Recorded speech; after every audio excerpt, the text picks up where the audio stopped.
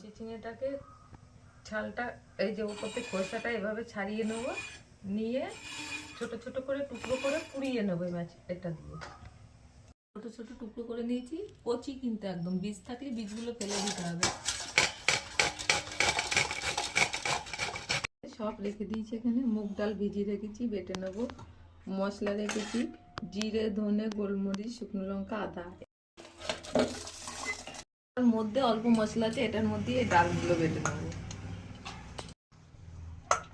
না লবণ হলে এখন দেবো, চিপে জলটা ফেলে দেবো।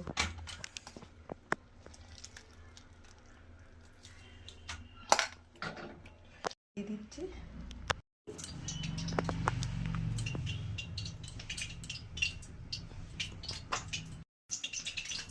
কর্নফ্লাওয়ারটা দিলাম যাতে বড়াগুলো ভেঙে না যায়, তার জন্য মাখিয়ে নিলাম। কড়াইয়ে তেল দিয়েছি,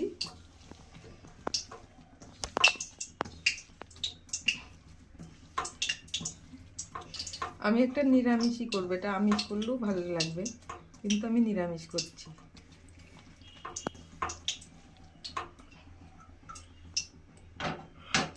গরম হয়ে গেছে, এবার ভুট্টাগুলো যেমন ইচ্ছা গোল গোল করলেও হবে, যেমন ইচ্ছা সেভাবে সেট দেবেন। আমি একটু গোল গোল করে চ্যাপটা করে নিচ্ছি, তুলে নিচ্ছি। এগুলো আরও আছে, এবারে গোল করে দেবো। হয়ে গেছে, এই কোপ্তাগুলো তুলে নিচ্ছি। ওটা দিলাম, তুলে দুটো তেজপাতা দিলাম, একটু কালো জিরে দিলাম।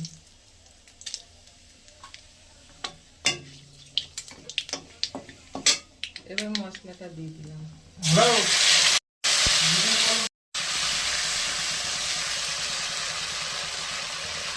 লবণ হলুদ দিয়ে দেবো, লবণ দিলাম,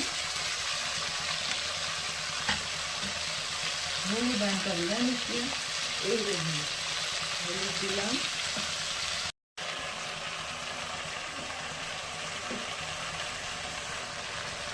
দিয়ে নেবো আর একটু কষিয়ে নেবো।